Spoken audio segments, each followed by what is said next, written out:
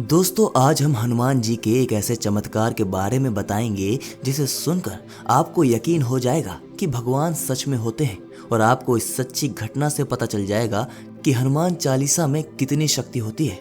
दोस्तों, अगर आपको भूत प्रेत पर विश्वास नहीं होता तो ये सच्ची घटना सुनकर आपको ज़रूर विश्वास हो जाएगा कि भूत किस तरीके से परछाई बनकर हमारे आसपास ही हुआ करते हैं। नमस्कार दोस्तों, आप देख रहे हैं प्रभु दर्शन और आज हम बता रहे हैं राजस्थान की इस सच्ची घटना के बारे में। तो दोस्तों, ये घटना राजस्थान के एक छोटे से गांव की है। इस गांव के बाहर एक हनुमान जी का मंदिर है जहां गांव के लोग पूजा करने जाते हैं। ये गांव चारों तरफ से घने जंगल में घिरा हुआ है और यहाँ पर जाने के लिए कोई पक्की सड़क भी नहीं है। गांव वालों को हाईवे के लिए भी कई किलोमीटर दूर जाकर जंगल से होता हुआ जाना पड़ता है। ऐसा कहते हैं कि इस जंगल में भूत प्रेतों का वास है, इसीलिए यहाँ से कोई भी अकेला व्यक्ति रात के समय नहीं जाता। यहाँ बहुत से लोगों को इन आत्माओं का सामना भी करना पड़ जाता है या फिर आत्माओं द्वारा पीछा करने की घटनाएं भी सामने आई हैं। लेकिन जब ये व्यक्ति गांव के सामने वाले हनुमान मंदिर के पास आ जाते हैं तब ये आत्माएं उनका पीछा करना छोड़ देती हैं। ऐसे ही गांव के लोगों ने ना जाने कितनी चमत्कारी घटनाओं का वर्णन किया है। जब भी कोई बुरी शक्ति गांव के समक्ष आने की कोशिश करती है तब हनुमान जी उनके गांव की रक्षा करते हैं। आज हम इसी गांव की एक सच्ची घटना के बारे में बताएंगे कि किस तरीके से हनुमान जी ने इन जंगल में रहने वाली आत्माओं से उनकी जान बचाई। दोस्तों, इस व्यक्ति का नाम है दिनेश, जो उसी गांव के रहने वाले हैं। दिनेश बताते हैं कि वो गांव में अपने माता पिता के साथ रहते हैं और रोज हनुमान मंदिर जाकर हनुमान जी की पूजा किया करते हैं। हनुमान जी की कृपा से दिनेश के घर में सब कुछ कुशल मंगल चल रहा है। लेकिन एक दिन दिनेश के पिता को किसी काम की वजह से गांव से बाहर जाना पड़ा।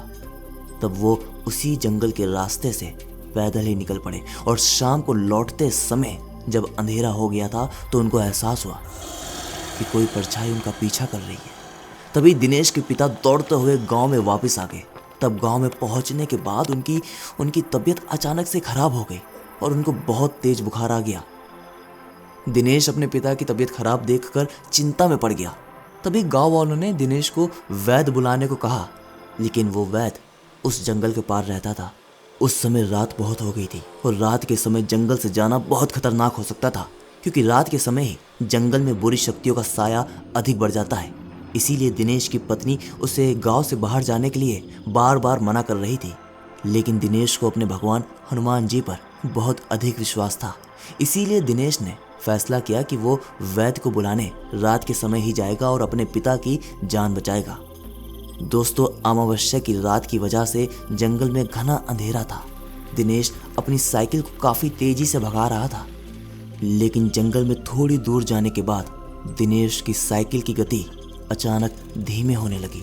उसे एहसास हुआ कि उसकी साइकिल पर कोई बैठ गया है। दिनेश तब भी रुका नहीं और अपनी साइकिल की गति को और तेज करता रहा। अचानक एक पेड़ के पास पहुंच के उसको कुछ फटने की आवाज आई और दिनेश ने साइकिल से उतरकर देखा तो उसकी साइकिल का टायर फट गया था। वो साइकिल से उतरकर अपने पैरों से साइकिल को ले जाने लगा और हनुमान जी का नाम लेते हुए आगे बढ़ता रहा। तभी पीछे से एक आवाज आती है, रुक जा दिनेश, तेरा बाप मेरा दोस्त है और मैं तुझे उसकी जान नहीं बचाने दूंगी। दिनेश रुका और पीछे मुड़कर बोला, कौन हो तुम? मेरे सामने आओ और मेरे पिता से क्या काम है तुमको? तब दिनेश के सामने एक भयंकर सा चेहरा सामने आ जाता है। दिनेश काफी घबरा जाता है और उस आत्मा को कहता है कि मेरे साथ हनुमान भगवान हैं, उनके होते हुए तुम मेरा कुछ नहीं बिगाड़ सकती। वो आत्मा जोर जोर से हंसने लगी। दिनेश काफी डर गया और जोर जोर से हनुमान चालीसा बोलने लगा। जय हनुमान ज्ञान गुण सागर, जय कपीस त्रिलोक उजागर, रामदूत अतुलित बल धामा, अंजनी पुत्र पवन सुत नामा।